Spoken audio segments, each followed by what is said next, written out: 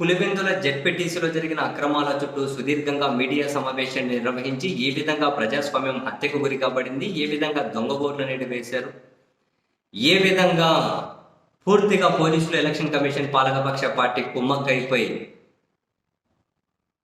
Rigging చేశారు అనే ఆధారాలను చూపించుకుంటూ ఒక మీడియా సమావేశాన్ని నిర్వహించిన వైసీపీ అధినేత మీడియా మిత్రులు అడిగినటువంటి ప్రశ్నకు సమాధానంగా రాహుల్ గాంధీ గారు ఇప్పుడు దేశవ్యాప్తంగా చేస్తూ ఉన్నటువంటి ఎన్నికల కమిషన్ వాళ్ళు చేసినటువంటి ఓట్ల దొంగతనం, ఆ ప్రశ్నకు జగన్మోహన్ రెడ్డి గారు సమాధానం చెప్పారు. రాహుల్ గాంధీ గారితో కలిపి మీరు ఈ ఓట్ల దొంగతనం మీద ఫైట్ చేస్తారా అని అంటే, అసలు కలిపి అంటే మీనింగ్ ఏంటి, కలిపి అని అంటే మీనింగ్ ఏంటి అని మొదలెట్టిన జగన్ గారు, భారతదేశంలోనే ఎక్కువ పోలింగ్లో ఇర్రెగ్యులారిటీస్ ఉన్నది ఆంధ్రప్రదేశ్లోనే కదా.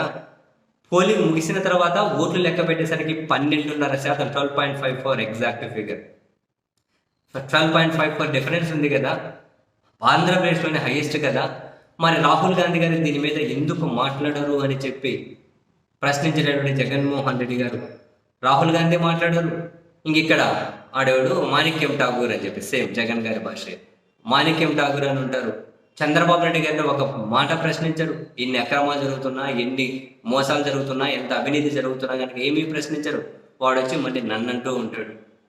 ఎందుకు వీళ్ళు మాట్లాడరు, ఎందుకు వీళ్ళు ప్రశ్నించరు అంటే, ఇటు చంద్రబాబు గారు, అటు తెలంగాణ ముఖ్యమంత్రి రేవంత్ రెడ్డి గారు, రాహుల్ గాంధీ గారు, వీళ్ళు ముగ్గురు కూడా హాట్ లైన్లో అందుబాటులో ఉంటారు. ఇప్పుడు హాట్ లైన్లో కనెక్షన్స్లో ఉంటారు అని, ఆ హాట్ లైన్ కనెక్షన్స్లో ఉంటారు కాబట్టి ఆంధ్రప్రదేశ్ గురించి మాట్లాడడం లేదు అని జగన్మోహన్ రెడ్డి గారు అయితే సంచలనమైన వ్యాఖ్యలు చేశారు.